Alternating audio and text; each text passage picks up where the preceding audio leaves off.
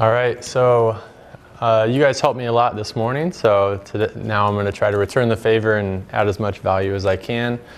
So I've sold in dozens of markets and niches on Amazon, and you see a lot of common themes and the same strategies and principles that work in one tend to work across all of them. So right now I shall try to make it look better than this. There we go. All right, so just quick background. I started selling on Amazon 5 years ago. I started a pet products brand, pet product brand and a baby brand. And I built that up with my team and built up the systems and ended up selling that company last year. And meanwhile, I was running my Amazon agency. I started that as well 3+ years ago. And now we're up to a team of over 15 people.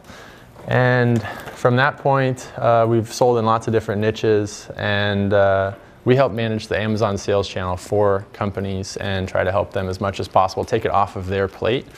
Anyways, enough about me. Let's get into some strategies that'll help. So first, it's always good to review the blocking and tackling, the fundamentals. Even if you're selling millions of dollars a year, sometimes the simplest things we'll actually miss and we'll overlook. So before you start getting too crazy with advanced strategies or investing, tons of money into PPC or Facebook ads, before you start looking into adding new products and focusing on the next shiny object, go back to the basics of, all of your products. Do you know what their conversion rate is today or this last month?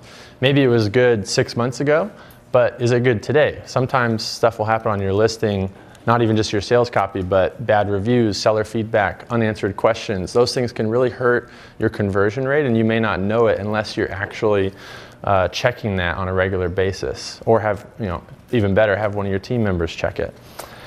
So if your conversion rate is 5% or something along those lines, you need to fix that first before doing anything crazy. That's what you need to do. What I do, without even asking her, is my mom looks at a lot of our clients' listings, and she tells me exactly what is wrong with our listings. So she's very good at that. She'll be like, Jeff, did you see this review that happened 2 weeks ago? And I'm like, no, I haven't seen that one yet. And she's like, well, it's a bad one, it's on the front page. I'm like, really? And I'm like, well, I think we're fixing that. And then I check it and we didn't fix it. And then we fix it.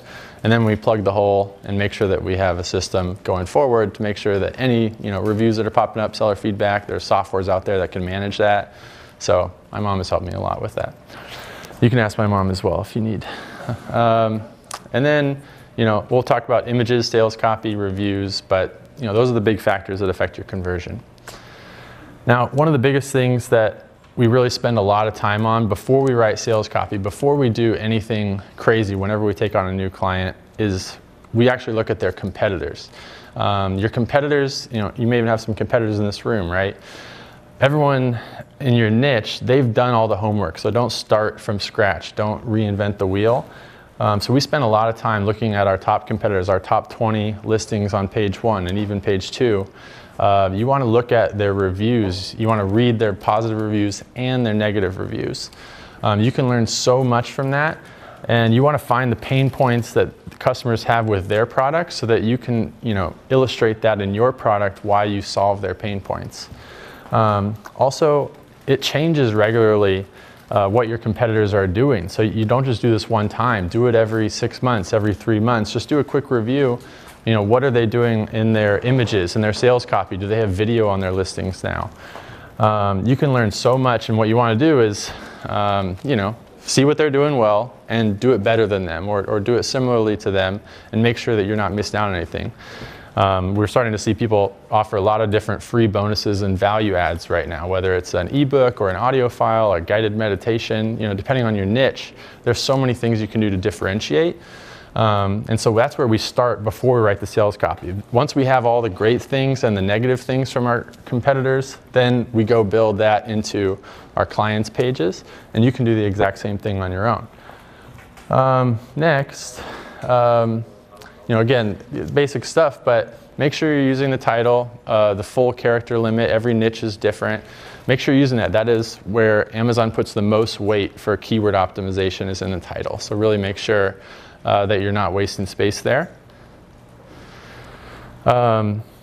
again, it's basic stuff, but like, you might be surprised. Like, check your competitors' images, ask your friends to look at it and say, hey, how do my images compare to these other guys on the page? You might be surprised how much better there are than yours. And sometimes a $500 photo shoot can literally lead to $100,000 or more. That's what helped save my pet products business. Our competitor just had way better images. He had invested in just one photo shoot, and he just looked like a premium product. And so, sometimes we overlook those things, and sometimes it's just good to invest in that, and you can use that on social media, Amazon, Shopify, everywhere. It's worth investing in, and make sure you have top of the line. All right, so just a couple basic examples of sales copy. Ryan talks about a lot. Don't just talk about the futures of your product, but talk about the benefits to the customer. What are they getting? What emotions are they going to have when they have your product? What problem are you solving? Really connect with your buyer. And you do that in the sales copy, in the images, in the title. Make sure that that's consistent.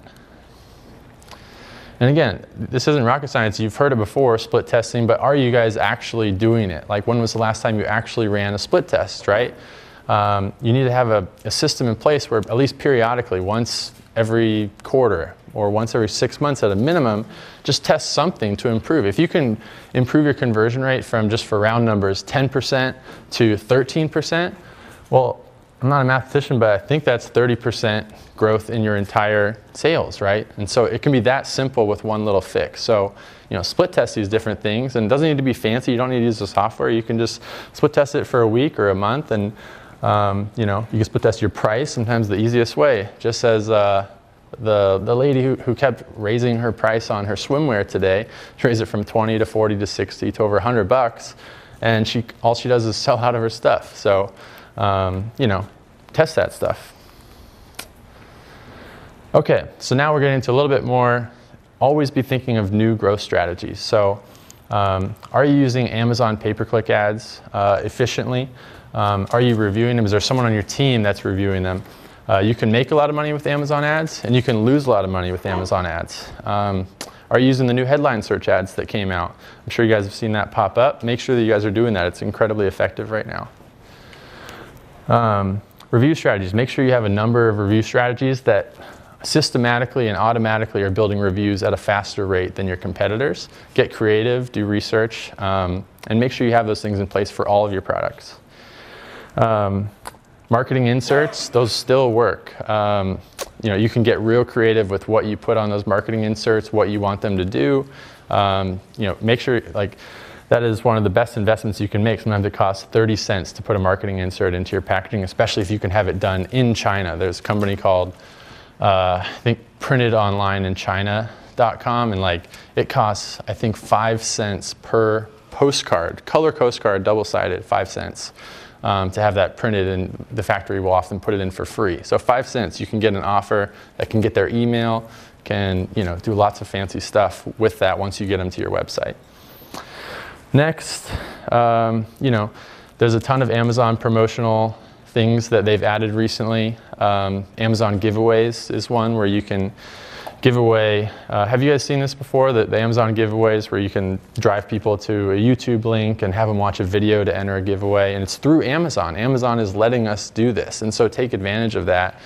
We're seeing that you can get, if you set it up the right way, you can get, in order for them to enter, you could say, I'm going to get, they have to watch a full YouTube video or a Vimeo video, whatever you want, or like your post on Twitter or retweet it.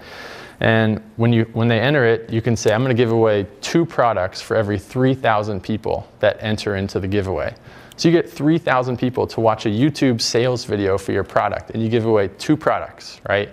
And then there's a way you can do it where if they lose the giveaway, which 2,998 people will lose the giveaway, they get an automatic email from Amazon that you can give them a coupon code. Say, hey, sorry you didn't win, but here's 20% off of all of our products. And we're seeing great conversion from that. So those ROI things that Amazon's helping us come out with, you just got to take advantage of them. Coupon clippings has been good as well. That's where people can clip it, and you're showing up in different sections of Amazon where the coupon shoppers are going, and they're clipping coupons. So make sure you're using that. It's different than the normal promotional code that shows up. Prime Day is coming up. It's easy to overlook that. I don't think they've announced a date, but it's probably going to be July 10th to July 12th. So make sure you're stocked up for that. Last thing you want to do is run out of inventory. Book lightning deals if you can, if you're still eligible right now. I think they're closing it today or tomorrow, I believe. So make sure that you're booked up there. Run promotions on Prime Day. The traffic is going to be probably, I don't know. I forget what it was last year, but typically we see a 4 to 8 times our normal daily sales average just in that single day. So make sure you're ready for that. Who wants to pull their customers off of Amazon and control them and be able to sell to them on their Shopify store later?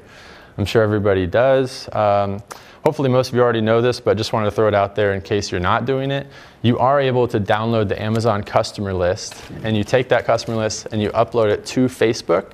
Facebook, we're seeing match rates of around 50 to 70% because they have enough data from Amazon. Even though they don't have their email, they're getting incredible match rates.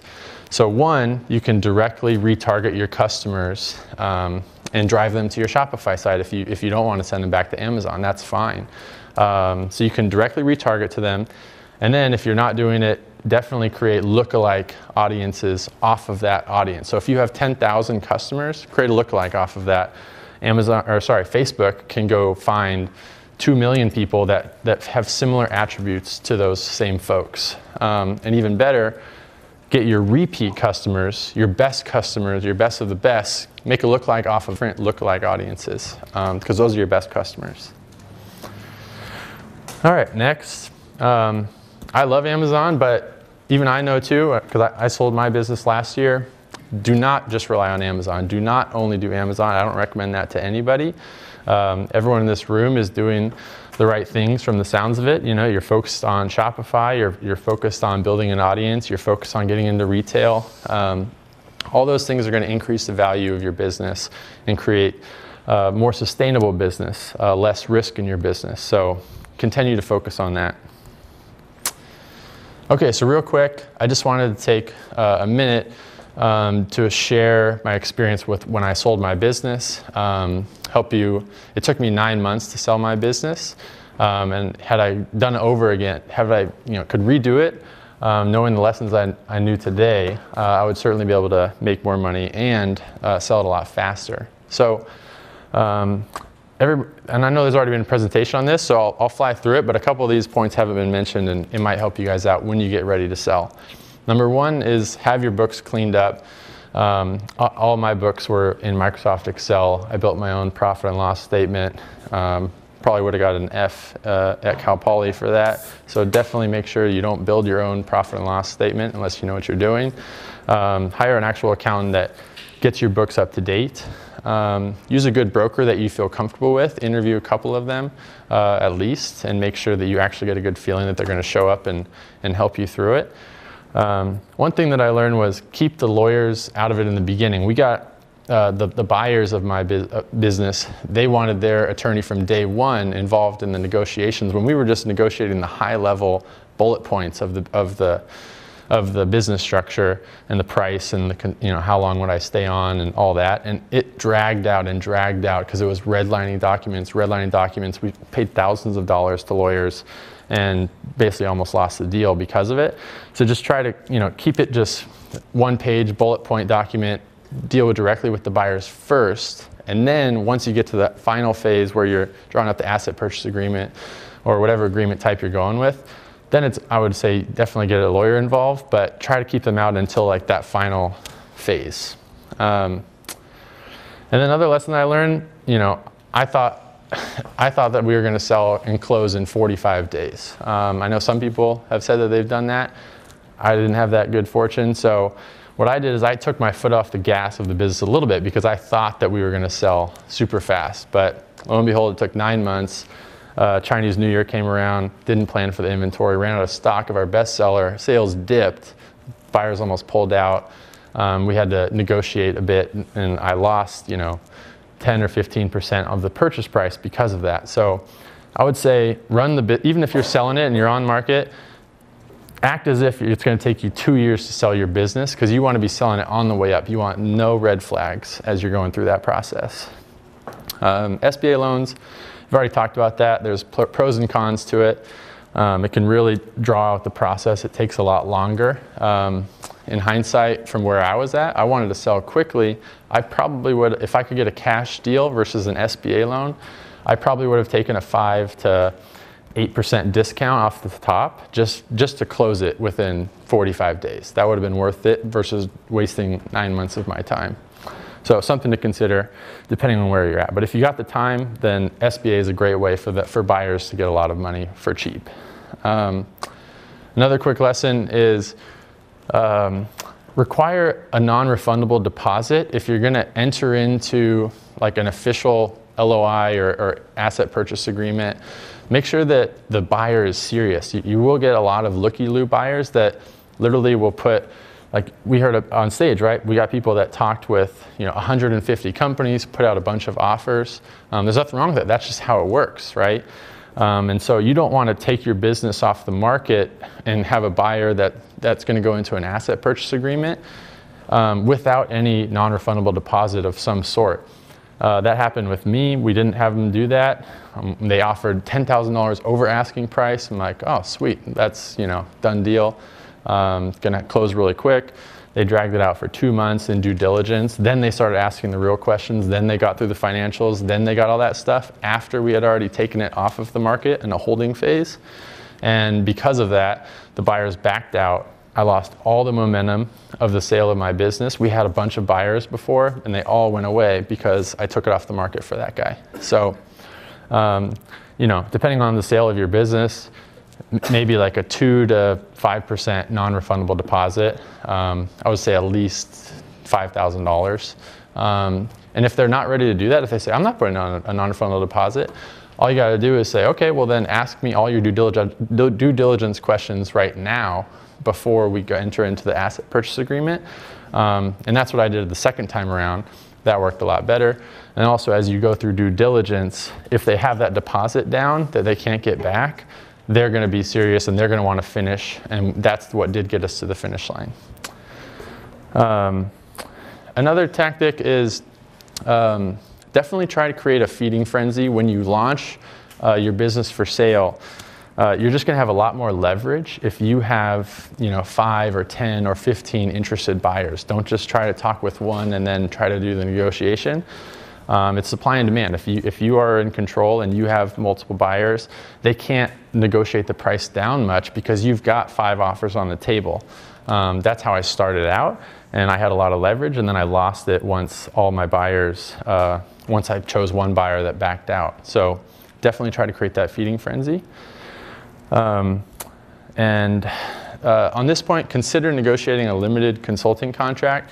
Now, make sure you consult your attorney, and I'm not an attorney or anything, but depending on the deal that you're doing, there's a high chance that you're not going to be paying, that they're not going to pay you 100% of the purchase price right away, right? You don't get 100% of it at closing. You're probably going to have a seller promissory note, something along those lines. So you might not get 20 or 30% of the rest of the purchase price for maybe 5 years over time.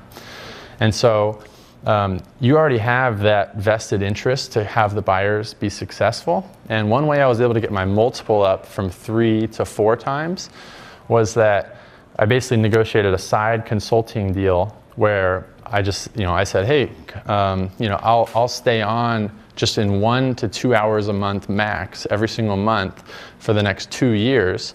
So 2 hours of my time. And we were able to negotiate a small royalty on all sales in the business. And, and I'm happy to help them over time, over the next couple of years, because they still owe me a lot of money. And I want to make sure that they're successful. I want to make sure that they have the cash flow 2 years from now to continue paying me the money that is still due.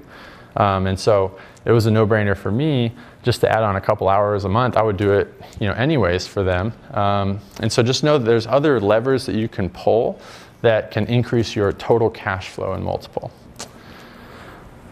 Have systems. I'm going to talk about this on the next slide, but if you can show the buyers of your business how easy it will be for them to take over, they're going to be that much more likely to want to go through with the deal. If your business is a mess and it's all run through you and it's all in your head, and they're going to find that out quickly, then they're going to pull out in due diligence or at some point. So show them your documented system, show them how easy it'll be to transition the business to them, and they're going to feel a lot more comfortable. And then, yeah, I think that's pretty much it. We've covered them all. Okay, so I talked a little bit about systems. So, some other speakers this weekend have done a great job talking about it, so I won't spend too much time. But again, to do a sellable business or any business, you need systems in your business so that your team can be helping you to run the business. So here's some of the ones that we use. We use Kartra, it's a CRM. Asana is a great project management software. Basecamp is a similar one. We use that for our clients, actually. That's how we communicate with them. ClickFunnels is great. Slack is great. Zoom and Loom, they're video recording softwares and video conferencing. It's good to have good sound technology and invest in them. They're usually 10 to $50 a month, but it can really make a difference in your business. Last points on systems. So running a business on Amazon, even if Amazon is taking up a lot of your time, the way that you fix that is by building systems around it. And that's what we do at our company, but you can do it in your own company as well. That's how I did it. So before you can be successful on Amazon, you got to have a plan, and you need to have the manpower to execute the plan. Like I said, we have over 15 team members, and that's why we rely on systems so that I can keep track of everybody on the team, and that's how we manage hundreds of products on Amazon. Now again, I wish I had some silver bullet to tell you guys today of how to win the long game in Amazon, but there's no silver bullet that I found. You have to do a lot of things right every single month. Some things are every single day, every single week on Amazon, and that's the only way to win the long game. And if you don't have the systems in place to do everything that we talked about today, some of them may seem a little bit basic, but are you guys actually doing them in your business? Are you doing them on a periodic basis? So if you can build those things in place where your team is executing those things and you have the fundamentals down and the advanced stuff, then your business is going to grow month after month. And then again, systems, if you can set that up and set up your Amazon systems the right way and have all those dialed in, that will free you up, like everyone's talking about. They want to focus off of Amazon. They want to focus on Shopify, on building the audience, on production, on launching new products. So the only way to do that I know is you got to systemize Amazon and take that off of your plate, put good people in place, whether it's in-house or whatever you want to do, have good people that are capable of running those systems. So that's it. If you want the slides, I didn't print them ahead of time, so you can email me at jeff@turnkeyproductmanagement.com. And again, if you have any questions at all about Amazon or strategies, I love talking about that stuff, and I'm happy to help the fellow backroom members, so feel free to shoot me an email. And that's it. Happy to do Q&A if we have time, or if we got to run, we run. Mike. You had an example before of a listing that had a lot of bullet points with a lot of copy in it versus one that was really simplified and basic to the point, pointed out all the benefits. What differences in conversions do you see between the two types of bullet points? And does that outweigh the benefit of not having all the keywords in a stuffed bullet point, like the one on the left? Yeah, it depends on how good your sales copy. You want to keep it as concise as possible. You don't want, 5-paragraph essay, that's showing up there. So one thing that we do is, you guys have all seen it, the all caps for your short punch, the short benefit, and then, stack some keywords, but you're really always trying to make it as readable as possible and the best sales copy that you can do. That's the best real estate. So we do err on the side of using almost all of the character space, but not trying to just be a keyword stuffer purpose. That's not why we do that. It's to try to sell the product and the benefits in there. And from clients that have just 5 words to going to the paragraph portion with the converting to the benefits and the why, we've seen between it'll jump from 10% to 15%, 10% to 13%. It depends, but certainly you can see a significant jump depending on how weak it is and how strong you make it.